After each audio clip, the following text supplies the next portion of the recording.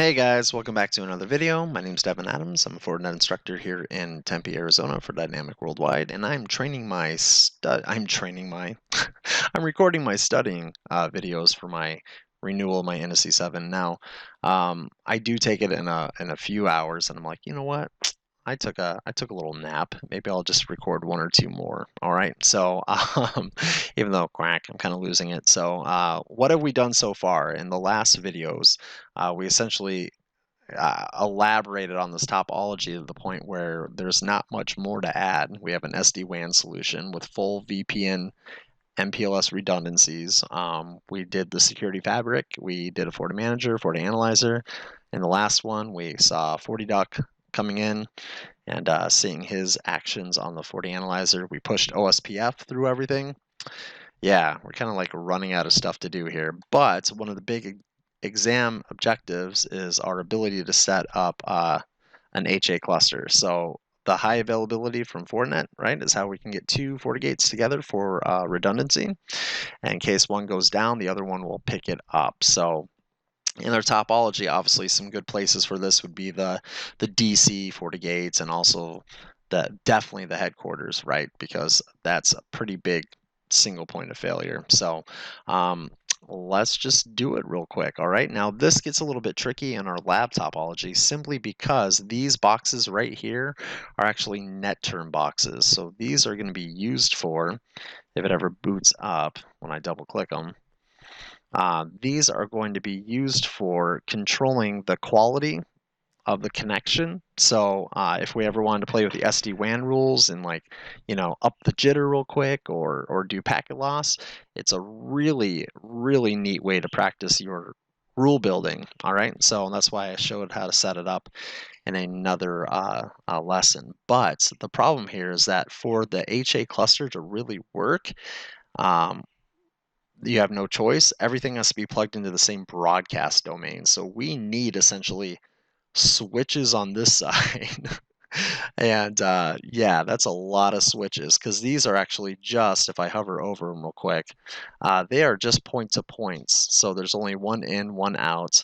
And if we still want to remain having our ability to do that, we need to get a little bit tricky here. So first and foremost, let's actually get our next FortiGate out. All right, so the FortiGates have to be identical if they're physical. If they're virtual, though, they still have to be identical. So they have to have the same specs, and they also have to have the same FortiOS version. All right, so here we go. I'm just going to right-click this and do a configure because I got to up the RAM. Now, here's the tricky part, though. I just realized something. If I try to up the RAM, okay, and then I load up the free license when this thing boots, it's going to say, hey, you can't up the RAM with a free license. So you know what? I'm actually stuck like that until we kind of get this thing rolling. So right away, I'm going to call this thing, though, HQ underscore, or are we using dashes? Yeah, dash FortiGates, and I'm going to say underscore B. And the reason why I'm going to give it that host name is I want to avoid using primary and secondary because a lot of people will label it in the data center, how it's racked up, and then they feel like they can't have their primary ever fail over to a secondary position because it's labeled. I know that sounds silly, but I've heard it more than once. All right. They're like, well, what if we have to get the janitor down there to play with the FortiGate and we don't know which one it is? I'm like, okay, just stop. All right, so there we go. And we're going to call this now FortiGate A. All right, so there they are. And I'm going to go ahead and just plug this in the same broadcast domain. All right, onto port 1. And actually, you know what? We might as well just do it right the first time because that's going to be port 6 on the FortiGate. Remember, guys, they have to match up exactly. So you see how this says port 6. All right, port 6, port 6. And we could turn these on, but it'd be a hot mess. Yeah, see? So, but let's go ahead and boot that up and get that configured and get that going, and then we'll work on this side here. All right, so in the meantime, let's go ahead and log in to our HQ FortiGates. All right, so, and this is the one we're going to have to we're going to have to get ready for the HA cluster. Now, here's the thing. You can have the primary already up, going in production, all right? We just got to do a couple of things to make sure that it stays the primary, all right? So first and foremost, we're going to go over to our host name, and we're going to give it a new host name so we can distinguish which FortiGate it is, because that's one of the things that does not get synced. All right, there we go. Okay, so we now know that that's going to be HQ FortiGate A. I know it sounds silly, but you know, it's just something we got to do. And then also our HA settings right here is what we're going to start configuring in just a moment. So let's check on this guy real quick, see if it isn't booted up yet. Nope, it's still formatting its partition. So, all right, so when we do our cluster, let's go ahead and do an active-active or active-passive. That's really all up to you. In my humble opinion, if your FortiGate's not being taxed at all, active-passive is probably the best route just because you have less moving parts to troubleshoot. Active-active, though, will distribute qualifying traffic to a secondary for processing. You don't get throughput. That's because the FortiGate uses virtual MAC addresses, so everything still goes to the primary, but those secondary, proxy connections and things like that can be offloaded. So we're going to say active-active here just for kicks. All right. Now the device priority, this isn't routing, so higher the better. So we're going to say 200. All right. Now here's the thing about the FortiGates in HA mode. They have a criteria of who gets elected for the primary. And the last thing that we want to happen here, guys, is have that secondary that we just booted up that's blank. All right. Think that it's the primary. That's why I'm also setting this up ahead of time, because the first qualification is going to be monitored ports. Well, we're not going to have any monitored interfaces, all right? The second qualification, though, is going to be HA uptime, and that's HA uptime, all right? So the last thing you want is your secondary FortiGate to be sitting there configured waiting for a maintenance window. Then it plugs in and wins as the primary. So if the uptime though is within a 5-minute window, it then goes to device priority, and there the higher priority number is going to be elected as the primary, and that's what we want. We want the one that's been in production to be the primary to begin with, because all of its settings are going to sync down to the secondary. All right, so we are doing this just a little bit ahead of time just to make sure that happens. All right, and on top of that, I'll show you guys how to do an override that will always have the priority number being the qualification instead of the uptime. All right, so but here we're going to give it the primary that's in use, the 200, and then the group name, I'm just going to say HA, the pre-shared key.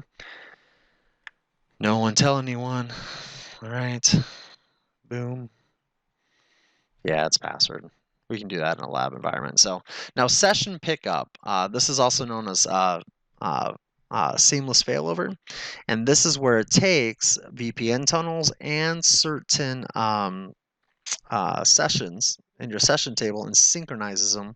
So if it does fail over, it doesn't have to rebuild the entire session table. So it's pretty slick. So, and then our monitored interfaces, we don't have any, but we do have to pick a couple of interfaces that will be the heartbeat links. All right, so I'm not using these two on the bottom. So I'm going to go ahead and use those. All right, and they do suggest that you have at least 2 of them. Okay, now this is brand new, by the way. All right. I have never seen this before, that you could actually have a slide rule. That's kind of cool. All right. Sure, we'll have this one as the priority. Okay, and we'll talk about that a little bit more later. Okay. Wow, that is so crazy. I'll just leave it at 0 because, guys, honestly, yeah, we'll talk about that in a little bit. All right, so here we go. And now if we hit OK, technically speaking, our HA uptime counter is, well, counting. So there we go. All right. Oh, isn't that cute? There's little hearts now. Oh, that's new. All right, so, but let's go back over to here and get our secondary. rocking and rolling. All right, so here we are. So I'm going to say admin, no password, and then I'm going to config system interface, and I'm going to edit the port 6 that it's on. All right, if we do a show here, there's nothing here, but I'm just going to say, hey, you know what, for the meantime, because this is going to get overridden anyways, I want an IP address of 10, 10, 1, 1, 1, 1. Why not? It's only temporary. All right. I forgot the IP. Oh, I shouldn't do this, so tired. There we go. All right. And then set allow access is our administration access. We want HTTP because we're in a lab environment. HTTPS, let's be able to ping it. A little SSH. All right. And yeah, I mean, that should be it to at least get to the GUI. All right. I'm a GUI guy. So let's go ahead and do that. So here we are. Let's pop this open. And now we can just do a 10, 10, 1, 1, 1, 1. And there it is. All right. Good times there. Okay. Oh, I haven't set that password yet. But I will do it now because I'm sick of screwing that up. So here we go. And then I'll have to type it for a third time. All right. At least once they sync up, I can use my Windows credentials that we set up earlier. All right, so here we go. This is the secondary. Now, this is the free VM. All right, so before we can do this, and you can practice your clustering on these free VMs because now it generates a serial number. And I meant to mention that if all of those are tiebreakers all the way down, even the priority number, the very last thing that it's going to do is tiebreak it by serial number. All right, and I believe it's the one that has the highest serial number is the one that's going to be the primary. All right, and the older free VMs did not have this generated serial number. They're all zeros, so you couldn't join them to a cluster because that's how it actually negotiates the IP addresses on the Heartbeat links. So the Heartbeat links, they get assigned to PIPA addresses for their traffic distribution and stuff like that. And that's not configurable. That's the automatic private IP addressing. So anyways, but let's go ahead and fix this. All right, so we'll call this HQ FortiGate B. All right, so HQ-FortiGate B, and I believe time zone doesn't get synced. There's a whole bunch of them that doesn't get synced. Not a whole bunch, but there's plenty that doesn't get synced so it can keep its autonomy. So, and we'll talk about that. So, all right, so there we go. And guys, honestly, I got to drop a license, and I was trying to say the only reason why is because I already have the other one licensed too. So we're gonna have to go through that whole entire upgrade process that I did earlier. All right, so just so you guys don't have to sit and watch something that I've done before. All right, I'm gonna hit the pause, do it, and then come back once this is licensed and up to 605. All right, so I will be right back. All right, guys, so that's doing its upgrade process, and we still have to go to 6.4, then to 6.5, blah, blah, blah, blah, blah. But in the meantime, we can start working on these connections, right? So they have to be in the same broadcast domain, and I still want to use my net term. So what are we going to do? Yeah, I know, it's kind of silly, but we're actually going to do it. All right, we're going to pop this out. I said we're going to pop this out. And we're going to get Ethernet switches. I know. These are the GNS3 ones. They work pretty well as long as there's not a lot of traffic going between them. That's why we're using open switch right here, is because there's a lot of stuff going on in headquarters. But here we're just going to call this a 1. All right. And then I'm going to change the icon so it fits perfectly next to the net term. So here we go. Change symbol. Make it look like a router.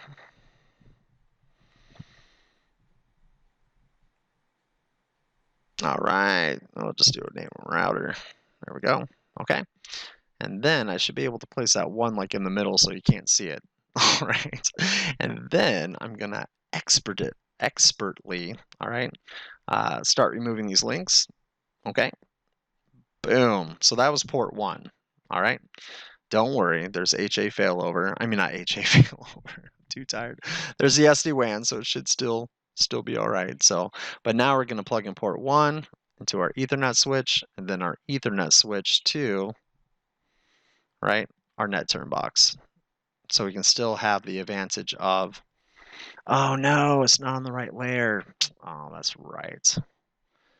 I was messing around with those backgrounds, and I think I made all of these things too low so they wouldn't move. That's all right. I'm just going to raise them up. There we go. I could have selected them all. This is definitely my last video because I am punch drunk tired here. All right, here we go. Now I should be able to connect that just fine. All right, there we go. And there's one. Okay. But we're gonna see if we can't cheat for the rest of them. So let's do that again. So let's pop this open. Oh, my real life 40 duck is being loud. All right, here we go. And let's do that over again, but let's try to duplicate it before we connect anything. Maybe we can take a little shortcut here. All right, so we'll go ahead and we'll call that 2. Pretty clever of me. All right, and then we'll do a change symbol, and we'll say router. All right, there we go. And see if we can't just duplicate. Boom. See how easy that was? Yeah. Duplicate. Yeah. See, we don't have to go through all that work several times over. So I don't know how many we need of these, so I'll just keep it at that. So yeah. Let's see here though. Before I get too far off, let's make sure that we can continue with our upgrade path here for our secondary that we're going to bring in. All right. There we go, FortiGate H. There we go. And once again, we're bunny hopping. Now, in all honesty, I probably could have jumped to 605 just fine because I really don't have anything configured on here. But you know what? We'll just follow best practice anyways. All right, while we're doing our thing. So, all right, here we go. So let's come over here with the 2 and just make sure that we're on port 2. All right, we are. So we're going to hit delete. And then we're going to go here to port 2 to here to our net turn box. So later on, if we need to manipulate traffic, we should be fine. So, all right. And then we'll do it again here. So this should be number 3. All right. Yep. All right. So let's delete that. That's going to go from 3. Okay. And then there's our 4th. And this is because they have to, like I said, plug into the same switch. There we go. We'll go 4. Get in there. And very last but not least, our MPLS connection, right? Which is port 5. This way we can still hold on to that net turn box if we need to manipulate it for testing reasons down the road. So there we are. All right. Okay, let's see where this guy's at. All right, so he's getting there. He has one more upgrade to go before he's good to go. So, all right, there we go. Nice. See, this is what I meant by it reformats it and kills our disk. So that's something I learned the hard way when I was playing around with the upgrading from 600 to 602. Yeah, anyways, so they must have changed the formatting table. All right.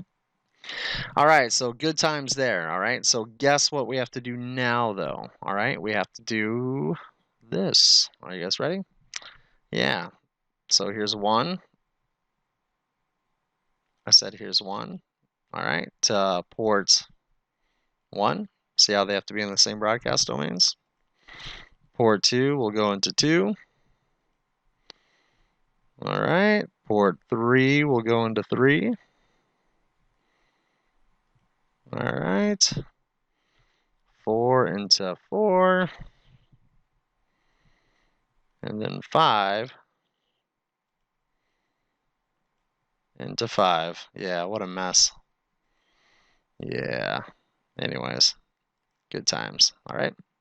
And now they're in the same broadcast domain because once again, the clustering happens with virtual MAC addresses. All right. So if there's a failover, it just sends gratuitous ARPs to let them know that the MAC address is now on a different interface on the switch. So there you guys go. So, all right, let's see how that is doing. Hopefully that's up and going by now. All right. And yeah, by the way, I said I would do this until my laptop caught on fire. And I can tell just by the slowness of everything, it's pretty darn close to catching on fire. So, all right. Anyways, there we go. There we go. So, let's go back. We should be able to log in now. All right, there it is.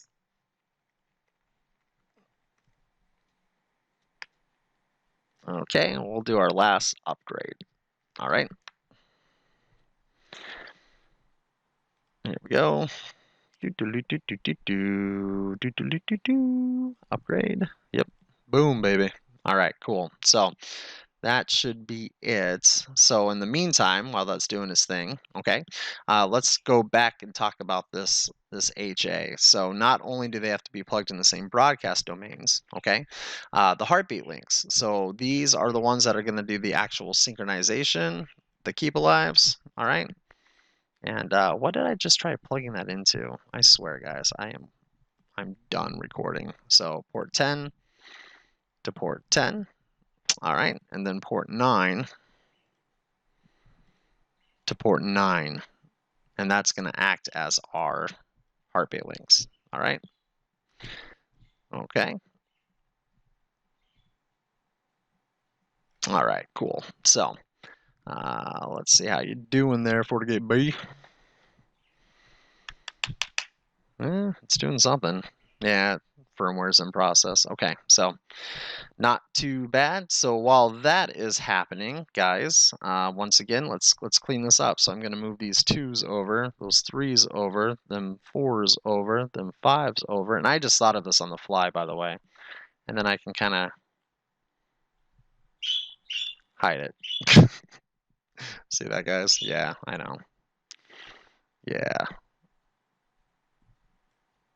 There we go. Now you see how that one is behind it? I can just say, move it 1 layer down. All right, because I don't want to see the 2. And this way we can still use our net turn box, which is kind of cool, you know. Whatever. All right. All right. So let's lower 1. I'm not lining these up perfectly, but man, I really don't care at this point. So then I'll just say raise 1 layer. All right. So there you guys go. There's our awesome cluster. So yeah, I don't know. That was my janky trying to get it working. So make it look okay. Anyways, did this boot up yet? All right, perfect. Now this thing should be at the right version number. So let's do an admin password. All right. If I didn't fat finger that, and I did. Admin password. Ooh, you know what? Am I lagging so bad I'm doing dupe characters? Look, it's gonna lock me out now. Okay, now I am. Now I'm in. So let's do a git system status. All right. Just to verify that we're right on the right version number. So here we go. We are valid. All right. And we are on version 6.0.5. So we're almost ready for clustering. Almost. There's one last thing we have to do, because if we do not have the right RAM matching up, all right, it does not think it's an identical machine. Now, in real life, you don't have to worry about that. If you have like a 60E to a 60E, I mean, that's not going to have different RAM or anything like that. But on the virtual machines, very much so. All right. And also make sure that if you are using a VM00 license versus a 01 versus a 02, those are different tiers of licensing, and each one has their own resource limitations. Make sure those match too. All right, so because I've learned the hard way that you can't sync up like a 0-1 with a 0-0. All right, and also if the RAM's different too, it just won't happen. And also, what else? The FortiOS. So if you have different FortiOS versions, I ran into one time where like it tried to synchronize, but it just would never get fully synced, and that's because I did different FortiOS versions on this thing. So make sure that they match. So let's just do a execute shut right now. All right, shut down the system.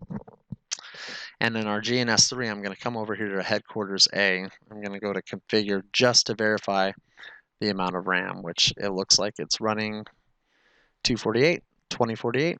So I'm just going to hit copy. All right. And then here, now that it's off, I can go ahead and just paste that right in there. It's for a double. So there we are. All right. Perfect. And now when that comes up, it should be identical. All right. So one more thing, guys. The FortiGuard licensing. So obviously the machines have to be on a support contract. But what about web filtering, IPS, things like that, antivirus? So if you read the manuals and all the documentation, they say that the licensing has to be identical. And in all honesty, it doesn't have to be. At least that's been my experience. So in other words, one FortiGate can have their IPS, web filtering, antivirus license and fully good to go. And the secondary, they can be expired and they'll still sync up. The problem is that you ever get a failover, all right, and it's requiring things like web filtering on the secondary, who's now the primary. Yeah, each one of those FortiGuard licensings is independent. It doesn't matter if it's in a cluster or not. You're going to start getting rating errors, and you're going to start getting, you know, a whole bunch of problems. So if you want true availability, you got to make sure that the licenses are all identical. So get a web filtering. Now I say this too because once we join the cluster together, you lose a lot of your visibility on the secondary. So it is not unheard of for the secondary's licensing to get expired, out of date, and we're thinking we're all good and dandy until we get a failover. Then suddenly we start getting a bunch of errors. So just something to keep in mind. I think that was enough of yapping for it to come back up. All right, so, all right, guys, let's go ahead and do this, okay? So for starters, I want, without any doubt in my mind, to make sure that our A stays our primary during this initial synchronization. All right, so to do that, I'm going to come in here. All right, let's look at our HA settings real quickly. All right. Oh, that's my B. See, I'm doing it already. All right, let's go into here. All right. And I'm going to just make sure that they're all matching up. All right, so I'm going to come in here. I'm going to go to my B. I'm going to go to my system. I'm going to go to my HA. And I'm going to say, hey, we're active. All right, and now this one has a priority of 100. All right, so much lower. HA. All right, let's change our password to something super secret, like password. We can do that in the lab environment. We're doing session pickup, and also we're not doing monitored interfaces, but we are gonna have those two heart links. All right, none on here. Okay, now before I hit OK, all right, there's one more thing I want to do just to dot my I's and cross my T's. All right, see how I'm on the A? I'm gonna pop this open real quickly. All right, and I am going to do a config HA, or is it config sys HA? There we go. And if I do a get here, you can see all the options, all right? And one of them is override mode. Now the override mode is simply saying, regardless of uptime, I want you to always take the one with the highest priority and make that the primary, all right? So I'm gonna go ahead and say set override to enable, into commit, all right? And then I'm going to do the same on my B. I'm going to pop this open, okay? And I'm going to say config sys HA, and then I'm going to do set override. I forgot to tab complete. There we go. Oh my gosh, Devin, you need an app. All right, here we go. Seriously. Enabled. There we go. I'm trying to type too fast. All right, here we go. And then we're going to commit those changes. And the reason why I did that is because I just don't want any question of who's going to be the primary. Because for some reason, if the uptime of the HA on the B was higher, because we had it just sitting there waiting for like a maintenance window, all right, and it became elected as the primary, guess what? Yeah, it would have wiped this configuration and duplicated this configuration. We don't want that. So now, of course, best practice also says that we should do backup configs. We also have this attached to a FortiManager, which is doing snapshots. I mean, we're okay, but still, I mean, it's just we're gonna do our best practices here. All right. So now I'm gonna hit OK on my B. I'm gonna hit OK on my A, and if all is right with the world. All right, look at that. It found it right away. We're gonna lose visibility here. I mean, this interface now doesn't even exist, all right? And that's because it's going to overwrite it, all right? It's going to overwrite the IP address once it starts synchronizing the configuration from the primary. So if we come over here, all right, and we load up our console window of our B, okay, we should be able to see synchronization messages coming across, all right? And depending on the size of your primary, see, there it is, saying that they're not synced. It's now doing the external files, things like certificates, things like, you know, whatever's. So too tired to think. But essentially, we're just going to be patient and wait because it has to do the full configuration here. Some things that are not synchronized is the host name, the FortiGuard services, the serial number, any management IP addresses that we defined. All right. Yeah, obviously the priority number and all the HA settings there. Okay. See, there's the local cert local. All right. And yeah, so honestly, it's just going to take a minute for that to happen. So if we come over here to our primary, this thing is going to say add a sync until that happens. And if you look at the HA uptime, have I really been talking that long? All right. Like I said, if there's a 5 minute difference between these or less, it's going to do the primary number anyways. Okay. So, but that is pretty much it, guys. So after that, they are synchronized. All right. So I'm talking way too long here. I'm going to stop the video right there, and then I'm just going to let this sit for a while and let it get synchronized. And then I'll probably do one quick more video to see how the security fabric handles a new device. All right. And then also on top of that, maybe some HA best practices. And then that's it. I'm going to take a nap, and then I'm going to go see if I can't pass my NSC 7 renewal. So, all right, guys, I'll see you in just a few. Okay.